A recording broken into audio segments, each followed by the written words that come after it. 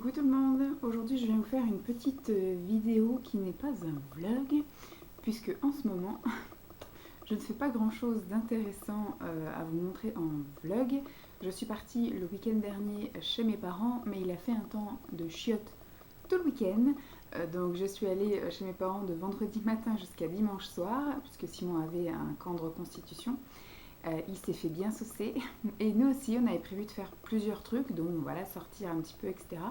Mais le week-end s'est pas passé exactement comme on voulait. Bébé a pas été très coopératif le vendredi, il n'a pas du tout dormi. Après, dans la nuit de vendredi à samedi, il n'a pas beaucoup dormi non plus. Donc le samedi, on était fracasse. Il faisait un temps, limite, il faisait nuit et vache qui pisse. Et puis bah, après, voilà, quoi, ça s'est levé un petit peu, on va dire, le samedi dans l'après-midi. Et là, il a dormi tout l'après-midi. Et bah, dimanche, il a fait beau et il y avait des amis de mes parents qui sont venus manger chez eux, donc on n'a pas pu faire ce qu'on voulait. Par contre, voilà, week-end prochain, je vais vous montrer, puisque je retourne chez mes parents, mais cette fois-ci pour 4 jours, enfin du jeudi au dimanche. Et là, on a prévu de faire des activités. Normalement, le temps devrait se maintenir avec nous, donc je pense que voilà, le week-end prochain, vous verrez un vlog plutôt sympathique où on a prévu de faire ferme pédagogique, bébé nageur, et puis on est invité à un baptême le dimanche, mais je ne sais pas si je vais vous montrer grand chose, enfin du moins le matin on ira peut-être se promener un petit peu. Voilà voilà, donc pour combler ce manque de vlog, eh bien j'ai décidé de faire une petite liste de mes 10 plaisirs post-allaitement. Voilà, puisque j'ai été un petit peu esclave de l'alimentation de mon bébé. Pendant 9 mois, j'ai alimenté au sein et puis au biberon de mon lait maternel pendant 9 mois. Pas 9 mois pleins, puisque du coup il y a eu 9 mois fin avril et la dernière tétée a été le 10 avril. J'ai cru franchement que j'allais pas tenir jusque là et j'avais envie et pas envie de continuer, envie et pas envie d'arrêter depuis très longtemps en fait. Je voulais allaiter tant que j'étais enceinte, j'avais dans ma tête de voilà, je vais allaiter, je savais pas jusqu'à quand, je savais pas machin, je savais pas si ça allait bien se passer ou pas, enfin pour moi il n'y avait pas de raison que ça se passe mal. Dès la maternité, j'ai pas été aidée, je vous avais fait effectivement déjà tout un blabla sur ce truc là et ça n'a pas été vraiment une bonne expérience pour moi à refaire. On me dirait ça se passe comme ça. Je ne sais pas si je retenterai l'allaitement. Ça a un énorme côté pratique, surtout pour la nuit, puisqu'effectivement la nuit, je l'entendais un petit peu geindre. Hop, je le mettais, parce qu'au tout début, pendant 3 mois, il était à côté de nous, entre nous deux.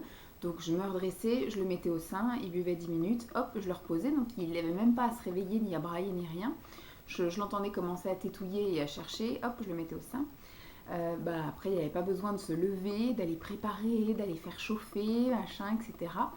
Donc c'était plutôt cool.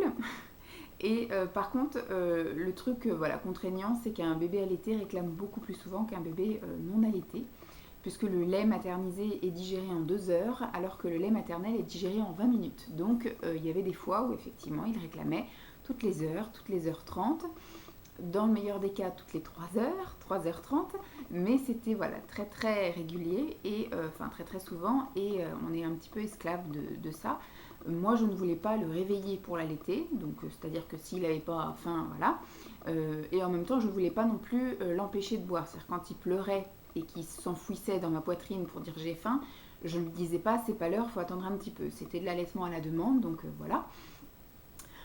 J'ai eu des périodes difficiles comme les douleurs, voilà, j'ai eu ça au tout début. Je sais, sans doute une mauvaise prise au sein, sans doute voilà lui qui n'arrivait pas bien à prendre non plus le sein.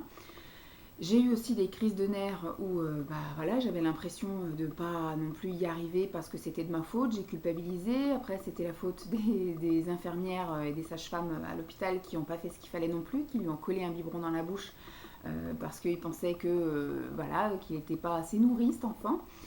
Et puis après, il y a eu aussi la fatigue, il y a eu aussi les énervements, il y a eu plein de choses comme ça. Mais dans un sens, voilà, je suis contente de l'avoir fait parce que Lancelot sera mon seul enfant et donc je peux dire que j'ai l'expérience allaitement et l'expérience non allaitement puisque maintenant il n'est plus allaité.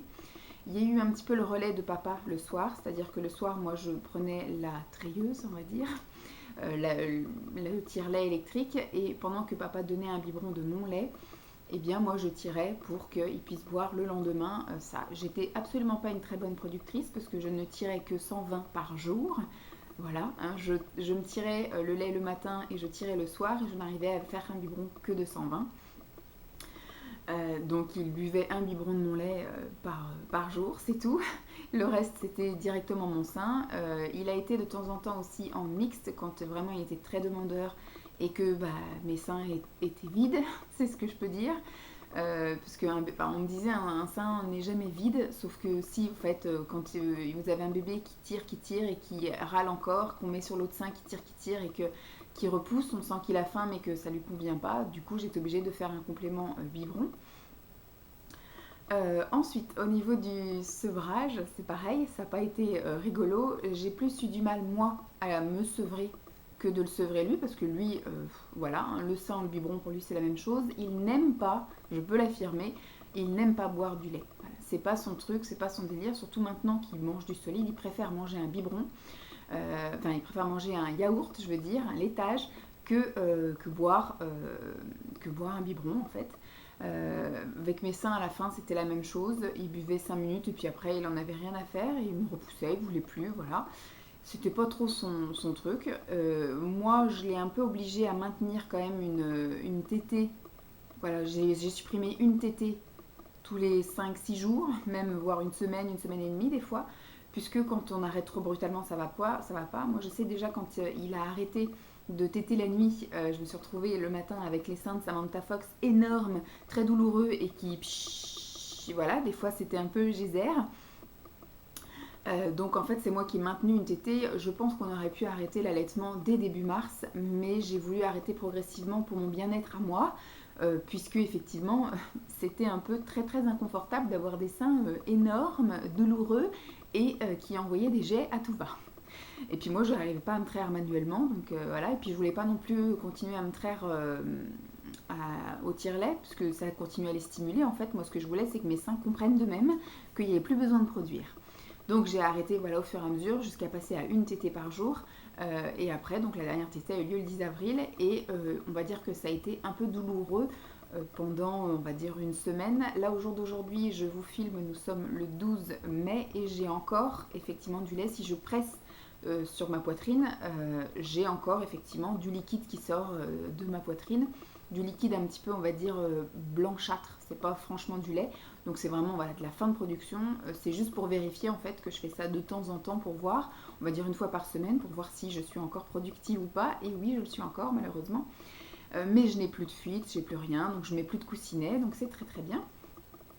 Voilà pour vous faire un petit peu le point allaitement, où est-ce que j'en suis. Donc ça y est, c'est terminé. Et pour vous dire voilà que mon fils n'est pas un grand... J'étais pas une très grande productrice de lait, mais mon fils n'est pas un grand buveur de lait non plus.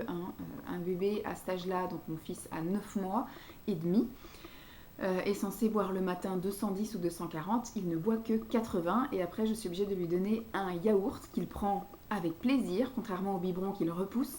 Je suis obligée donc de lui donner un yaourt et de lui donner un petit gâteau en guise de petit déjeuner. Et après, c'est laitage le midi. J'essaye de lui donner un petit bib, mais il boit à peine 40-60, histoire de. Et donc je lui donne un laitage en fin de repas. Et à 4 heures, il boit à peu près aussi 40-60. Et le soir, il boit à peu près 40-60. Des fois, dans le meilleur des cas, c'est 90. Et il y a un laitage à la fin du repas du soir. Donc voilà, il est très loin des 500 ml par jour, je pense, puisque du coup on peine vraiment à lui donner à boire. C'est pour ça qu'on a introduit un laitage à quasiment chaque repas, sauf à 4 heures, parce qu'il se lève un peu tard de la sieste. Ce qui fait que s'il mange trop à 4 heures, le soir il mange plus rien. Donc on essaye de juste lui donner fruits à 4 heures. Comme ça au moins il a bien faim le soir. Voilà, et il mange de bon cœur le soir, sinon ce serait la misère. Et puis à 2 heures du matin, il aurait très faim. Et pareil, au niveau de l'allaitement nocturne, ça s'est arrêté d'un coup. Il était à peu près à 3 tétées par nuit. Voilà, c'était 23h, minuit, et puis peut-être 3h du matin. Et puis après, c'était à 6h30, 7h. Donc c'était quand même chiant. Mais il a arrêté d'un coup, du jour au lendemain. C'est pour ça que je disais, le lendemain, je me suis retrouvée avec les seins de Samantha Fox. et que c'était très dur et que le matin j'essayais vraiment d'insister pour qu'il me vide les deux seins parce que sinon ça allait pas être tenable. Donc voilà. Au niveau allaitement, nourriture pour bébé, c'est fait, je vous ai fait le point. Donc là on vient au sujet de la vidéo, j'ai fait un tout petit machin. Je n'ai trouvé que 10 plaisirs post-allaitement, mais c'est quand même des plaisirs au top. Alors, le premier plaisir que j'ai trouvé comme ça, c'était d'enfin retrouver mes seins, c'est-à-dire ne plus avoir des seins énormes ou des seins... Voilà, ils avaient des fois des formes bizarres en fait. Des fois ça faisait un peu comme des fleurs. C'était un peu gonflé à certains endroits en fait, là où il y avait les poches de lait en fait. Et surtout pareil au niveau du mamelon, c'était beaucoup plus foncé, mes tétons étaient beaucoup plus gros, enfin c'était pas très à mon goût. Voilà, c'était vraiment le pratique pour le bébé, hein. C'était mes seins qui s'étaient transformés pour nourrir l'enfant. Et là, j'ai retrouvé mes seins avec effectivement le mamelon qui s'est éclairci, mes tétons qui se sont rétrécis, qui ont retrouvé la forme qu'ils avaient avant, des tout petits. Et mes seins sont devenus plus harmonieux, moins en fleurs. Voilà, ils sont redevenus comme avant, je peux le dire, ils sont redevenus comme avant. Deuxième plaisir, c'est de remettre mes soutifs d'avant, les soutifs normaux, plus ceux effectivement qui sont élastiques pour s'adapter à la montée de lait, et surtout ceux qui se détachaient là sur le côté pour pouvoir donner plus facilement le sein. Donc là, j'ai retrouvé ma poitrine d'avant, je peux le dire, puisque je rentre dans mes soutiens-gorge d'avant grossesse, enfin d'avant accouchement, on va dire. Donc plutôt ceux pendant la grossesse, parce que je n'ai pas encore retrouvé mon plus petit bonnet d'avant. Enfin, au niveau du bonnet, je pense qu'on n'est pas loin. Je suis en bonnet la B, C. Et avant la grossesse, j'étais en bonnet B, franchement. Par contre, en tour de dos, enfin en tour, je suis maintenant en 100, 95-100. Avant, j'étais plus 90-95. Donc, j'ai encore du chemin, mais ça, je pense que c'est surtout toute la graisse que j'ai dans le dos qu'il va falloir que je perde. Mais le plaisir de remettre des soutiens-gorge normaux, ça, c'est cool. Je suis donc pas en soutien-gorge rembourré ni coquet, je suis en soutien-gorge normaux. Enfin, juste, soit dentelle, soit tissu, ou coton, ou un peu satiné. Je suis encore en baleine, donc j'ai pas encore retrouvé les soutiens-gorge brassières que je mettais avant. Juste avant de tomber enceinte, j'avais perdu beaucoup de poids et donc ma poitrine était assez légère, on va dire, pour tenir dans des soutiens-gorge triangles. Mon but est de revenir à des soutiens-gorge comme ça, des soutiens-gorge sans armature et des soutiens-gorge forme triangle, ça me convenait très bien. Mais pour l'instant, rien que le plaisir de mettre un soutien-gorge normal, de ne pas avoir le truc qui se détache ici, et puis de pouvoir remettre quelque chose qui me plaît aussi visuellement. Et troisième chose, toujours en rapport avec ma poitrine du coup, c'est de pouvoir me crémer la poitrine. Mais de me crémer les seins sans faire attention d'en mettre sur le mamelon ou d'en mettre sur le téton, etc. Puisque je me crémais quand même de temps en temps la poitrine pour l'hydrater, puisque du coup elle avait quand même un stress, on va dire. Elle avait une fluctuation de tension, on va dire, avec les montées de lait, avec le fait que bébé aussi me vide le sein. Donc voilà, c'était un peu un coup c'est énorme, un coup c'est plus petit. Donc voilà, je l'hydratais quand même tous les soirs. Mais il fallait que je fasse très attention à pas en mettre sur le mamelon, à pas en mettre sur le téton. Enfin voilà, c'était galère parce qu'il fallait pas que bébé ait la crème, machin. Donc c'était chiant. Là maintenant, moi qui suis une adepte du crémage de corps, eh bien je me crème tout le corps avec une crème hydratante. Je n'ai pas encore recommencé les crèmes amincissantes. J'en ai une tripotée, ma mère m'en a filé plein et j'en ai d'autres que j'avais achetées avant et qui n'ont jamais été ouvertes. Donc ça, je vais pouvoir, quand je reprendrai ma petite activité sportive, conjuguer avec les crèmes amincissantes. Mais pour l'instant, c'est de la crème hydratante partout et je peux enfin, sans faire attention, me crémer les seins à la crème hydratante et c'est top, j'adore. Quatrième plaisir post-allaitement, remettre mes vêtements. Donc il n'y a pas encore la totalité, puisque du coup j'ai encore énormément de poids à perdre, puisque j'avais pris 20 kilos pendant ma grossesse et j'en ai perdu seulement 12 pour l'instant et j'avais à la base une dizaine de kilos en trop avant de tomber enceinte. Donc voilà, j'ai presque une vingtaine de kilos à perdre. mais on va y arriver. Et là, je recommence petit à petit à donc sélectionner quelques pièces, des pièces qui sont soit extensibles ou soit qui étaient déjà larges au moment où, voilà, donc soit pendant ma grossesse ou soit avant que je perde mon poids d'avant grossesse. Je commence à mettre des vêtements normaux, c'est-à-dire des vêtements qui ne sont pas pratiques pour l'allaitement. Donc je mettais beaucoup de choses qui étaient soit cache-cœur, ou soit en chemisier, ou soit voilà, j'avais acheté des vêtements spéciaux allaitement, mes fameux t-shirts là qui se scindaient en deux ou qui avaient des petites poches ou des trucs comme ça.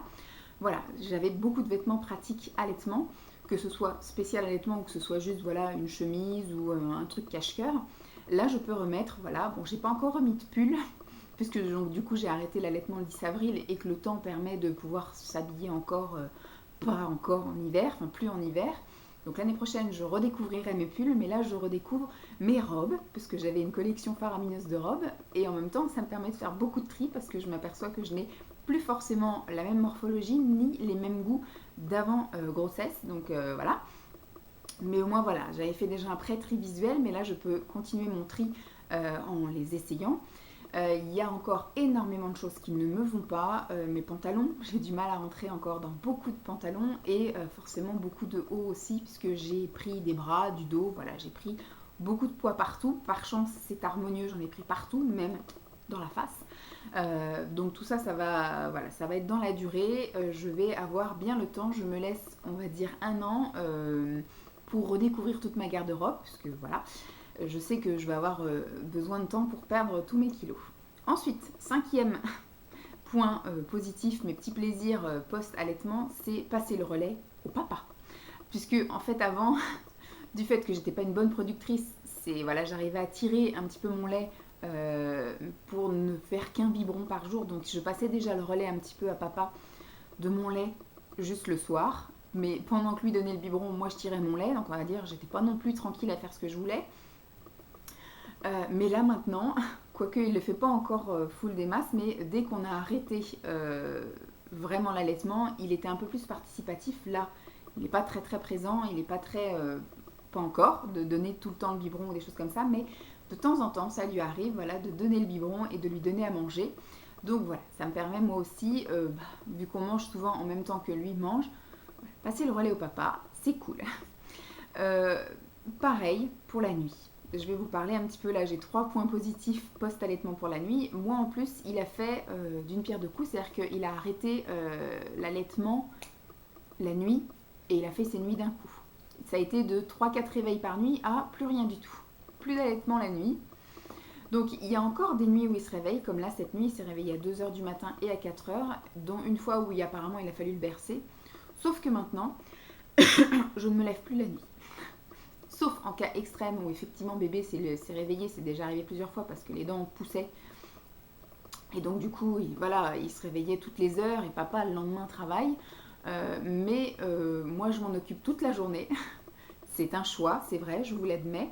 Je vous l'accorde, mais voilà, moi je suis opérationnelle au taquet, à l'écoute de ses besoins, tout le temps présente du matin. Donc en général, il se lève là ce matin, il s'est réveillé à 7h30. Il a fait sa sieste seulement là à 14h30, donc là il est 3h moins 10, donc ça fait que 20 minutes au moment où je vous parle qu'il dort. Il va se réveiller, je pense, vers 4h30, donc à 4h30 je reprends mon rôle de maman jusqu'à ce qu'il aille se coucher en fait. Et donc c'est pas avant 9h30 ce soir. Donc moi, une fois que je suis au lit, je suis au lit. Papa lui, du coup... je lui laisse un peu de temps quand il rentre, il va prendre sa douche, il profite, machin. À table, en général, il regarde la télé, il mange. Moi, je gère bébé, je regarde très peu la télévision. Le soir, il regarde son film, machin. Moi, je check mes mails. À 21h30, je vais me coucher. Lui, il finit son film. Mais par contre, bébé, s'il pleure à 22h30, à minuit ou à 2h du matin, c'est papa qui se lève. Voilà. Après, je vous dis... Il y a eu des moments où, quand il a fait ses dents et qu'il se réveillait toutes les heures et qu'il fallait pendant 1 heure le bercer pour le rendormir et tout ça, j'ai pris le relais. Quand il y a eu des catastrophes où voilà, il a été malade, il a fait caca partout, il faut venir aider papa, donc voilà, je me suis levée aussi. Enfin, il faut savoir qu'en général, quand bébé pleure, ça me réveille, du coup, papa se lève, et tant que papa revient pas se coucher, je suis pas non plus à fond dans mon sommeil. Je somnole histoire de pas me réveiller à fond, parce qu'une fois que je suis réveillée, c'est mort, je peux plus me rendormir, peu importe l'heure. Donc je fais en sorte de rester dans un demi-sommeil, histoire de pas, voilà, de pas louper le coche. Mais une fois que papa revient, après, moi je dis c'est bon. Il me dit oui, c'était juste la tétine. Hop, ça y est, je suis repartie. Terminé, j'ai pas bougé. Par contre, le matin, dès que papa se lève, je me réveille. Et dès que papa s'en va, moi je me lève. Comme ça, au moins, je sais, je me lève en général quand papa s'en va à 7h du matin. Et donc, ça me laisse 1 heure. Voilà. Sauf ce matin, c'était juste une demi-heure. Mais au moins pour me préparer, prendre un peu soin de moi, petit déjeuner tranquille, regarder 2-3 vidéos, préparer un peu ce qu'il y a à préparer. Voilà, préparer ses vêtements, à la limite lancer une lessive s'il y a besoin, préparer son petit déjeuner. Voilà. Donc voilà, autre point positif, c'était surtout dormir toute la nuit. Contrairement à avant où je me couchais, on va dire, à 22h, voilà, quand il voulait bien dormir. Ensuite, il se réveillait à 23h, il se réveillait à minuit et demi, il se réveillait à 3h du matin. C'était galère, c'était bien chiant. Là maintenant, je peux dire que moi, je dors toute la nuit. Ensuite, autre point positif, mais pour le moment, je ne peux pas trop le faire parce que du coup, je suis un peu bloquée depuis 3 semaines. Mais dormir sur le ventre, c'était un plaisir que j'avais avant de tomber enceinte. Je ne dormais que sur le ventre. Je passais donc toutes mes nuits à dormir sur le ventre. Quand je suis tombée enceinte, j'ai pu dormir encore un petit peu sur le ventre jusqu'à 5 mois de grossesse, 6e mois à la limite, un petit peu. Mais après, dès que j'ai commencé à prendre du ventre terminé, je ne pouvais plus dormir sur le ventre. Et quand vous allaitez, vous avez des seins comme ça, hein, donc en plein milieu de la nuit, vous avez des montées de lait et vous ne pouvez pas dormir sur le ventre non plus parce que du coup, ça fait mal. Vous appuyez sur quelque chose qui est dur et qui est tendu. Et puis surtout, vous risquez d'avoir des fuites de partout malgré les coussinets d'allaitement. Voilà, donc j'ai pas dormi sur le ventre pendant presque un an, plus d'un an, voilà, et donc j'ai pu redormir un petit peu sur le ventre avant de nouveau être bloquée au niveau des cervicales, donc c'est un peu compliqué pour l'instant de dormir sur le ventre, mais c'est un plaisir qui va vite revenir, j'espère. Et autre chose, toujours concernant le sommeil, c'est dormir en brassière, puisque moi je suis en soutien-gorge la journée, mais je dormais en brassière, vous savez, les brassières un peu, les brassières de sport, voilà. J'aime bien dormir avec ça, parce que j'aime pas, voilà, avoir les seins qui se baladent.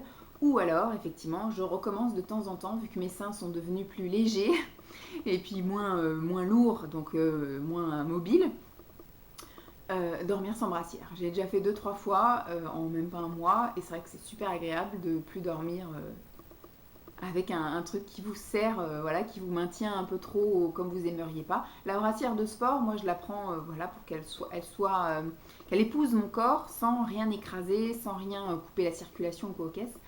Mais l'idéal c'est de dormir sans. Et voilà, c'est top. Ça, j'adore. Ensuite, mes 2 derniers points sont au niveau de la bouffe et de la boisson. Je peux reboire du thé. Alors c'est pareil, c'est quelque chose qui a été passager, puisque du coup, tant que j'allaitais, j'étais un peu, je buvais quand même un peu de thé, mais c'était modéré. Je vais dire que je buvais peut-être 2 tasses par jour, puisque du coup, comment dire, c'était un plaisir qui m'allait bien, mais qui passait dans le lait et qui pouvait donc exciter un peu bébé. C'était pas très bon non plus la théine ni la caféine, donc pour bébé. Alors j'avais pas remis la dose à fond. Et après, une fois que j'ai fini d'allaiter, j'ai repris le thé à fond. Et j'ai refait des examens puisque je me sentais extrêmement fatiguée, j'avais effectivement beaucoup la tête qui tournait, j'étais pas très très bien. Et il s'avère que mon taux de fer, il est encore au plus bas. Voilà, il est comme avant la grossesse. Je suis vraiment dans les choux, dans les choux. Il y a même mon médecin qui m'a dit, mais comment vous faites pour tenir encore debout ? Vous ne devez pas vous sentir bien. Donc effectivement, il y a certains moments dans le mois, quand je suis par exemple en zone rouge, où effectivement, je ne vois pas très clair. J'ai beaucoup la tête qui tourne et voilà, je ne suis pas très en forme. Mais bon, après, quand on a bébé à gérer, on prend sur soi et terminé. Donc j'ai un traitement pour le faire en fait. J'ai des comprimés le matin et le soir. Et il va falloir sans doute que je fasse des examens plus approfondis avec un hématologue, m'a-t-on dit, pour savoir le pourquoi je n'arrive pas à maintenir le fer dans mon sang. Puisque du coup, je prends un traitement depuis maintenant 2 ans, presque 2 ans, 1 an et demi. Dès que j'arrête, terminé. Donc si je ne me gave pas de fer, je ne suis pas à peu près, pas loin de la moyenne pour le fer. Donc il va falloir qu'on cherche le pourquoi du comment. Et la chose que j'ai dû réduire, c'est le thé. Donc comme je prends mon traitement le fer le matin et qu'il ne faut pas prendre de thé dans les 2 heures qui suivent, et pareil le soir, je prends aussi du comprimé. En fait, mon traitement est coupé en deux, parce que quand on prend toute la dose le matin, le corps ne retient pas tout et en rejette une partie. Donc on m'a conseillé c'est la pharmacienne qui m'a conseillé de couper le traitement en deux et de prendre la moitié le matin, la moitié le soir, comme ça c'est plus facilement assimilé et assimilable par mon corps. Il en prend plus, c'est moins gâché.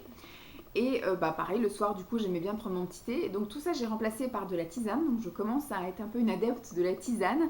Mais voilà, c'est pas le même plaisir. C'est un peu moins répandu. Il y a moins de... Ou alors il faudrait que j'aille dans les boutiques spécialisées, etc. Mais j'ai moins de choix en tisane. Voilà, mis à part effectivement la verveine, tilleul, camomille. Après, un petit peu voilà, de réglisse, citron, menthe. Mais il n'y a pas de choses top comme on peut avoir de diversité au niveau du thé. Mais j'ai gardé mon plaisir thé le midi et l'après-midi en fait. Après le repas du midi, je me prends effectivement un thé à la Tassimo. Et après, je me fais 2-3 sachets de thé dans l'après-midi jusqu'à 4 heures. Et après, voilà.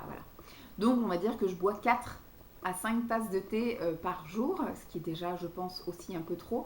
Mais c'est mon plaisir, quoi. Vous n'allez pas me retirer ça, c'est mon plaisir.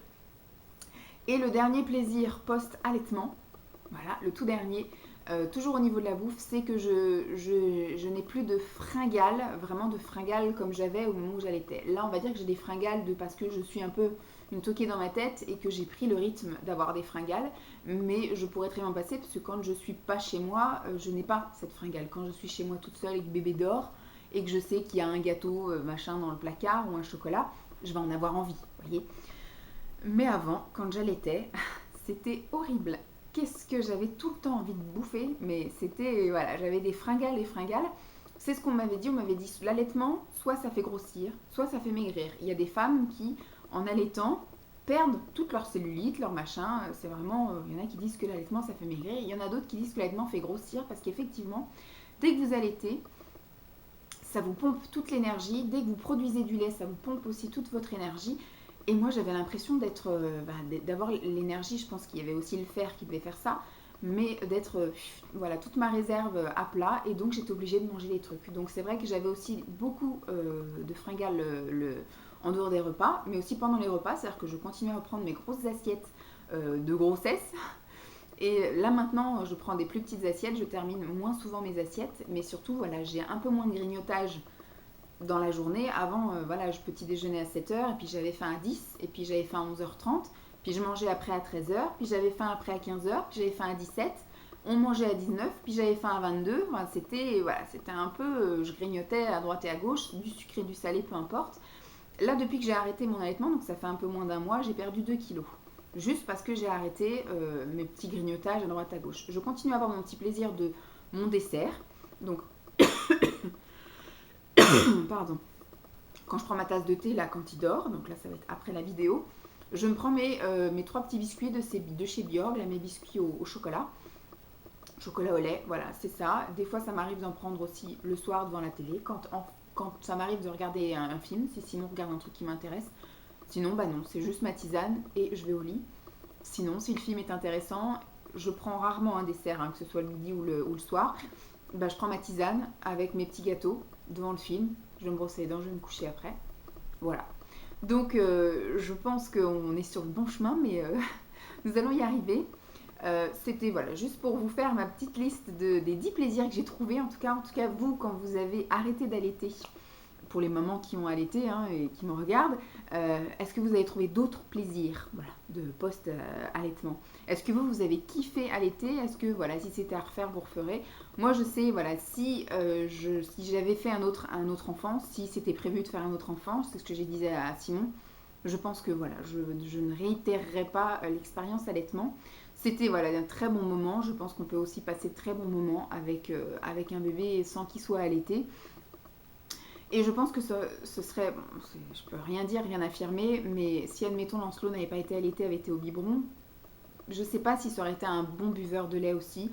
Peut-être que ça aurait été galère de lui faire boire du lait, peu importe la marque ou machin. Nous, on est resté sur la marque que m'avait fait un petit peu acheter la maternité, puisque quand il l'avait gavé au Gallia. Et donc moi, j'ai continué le relais allaitement Gallia. Et là, maintenant qu'on n'est plus en relais allaitement, on est en deuxième âge Gallia. Mais franchement, c'est la misère. J'ai pas envie non plus de le passer à 15 000 sortes de lait. On reste sur ça. J'essaye d'aromatiser le lait avec un peu de trucs aux légumes, un peu de céréales avec goût vanille, goût biscuit, goût machin. c'est chaud, hein. Il en veut pas plus. Mais je sais pas si c'est par goût ou si c'est par digestion, parce que les yaourts, ça passe nickel. Voilà, dès que je lui donne un yaourt, abricot, framboise, machin, voilà. Il aime pas trop chocolat, vanille, tous ces trucs-là, c'est pas trop son délire. Mais par contre, framboise, abricot, pêche, banane.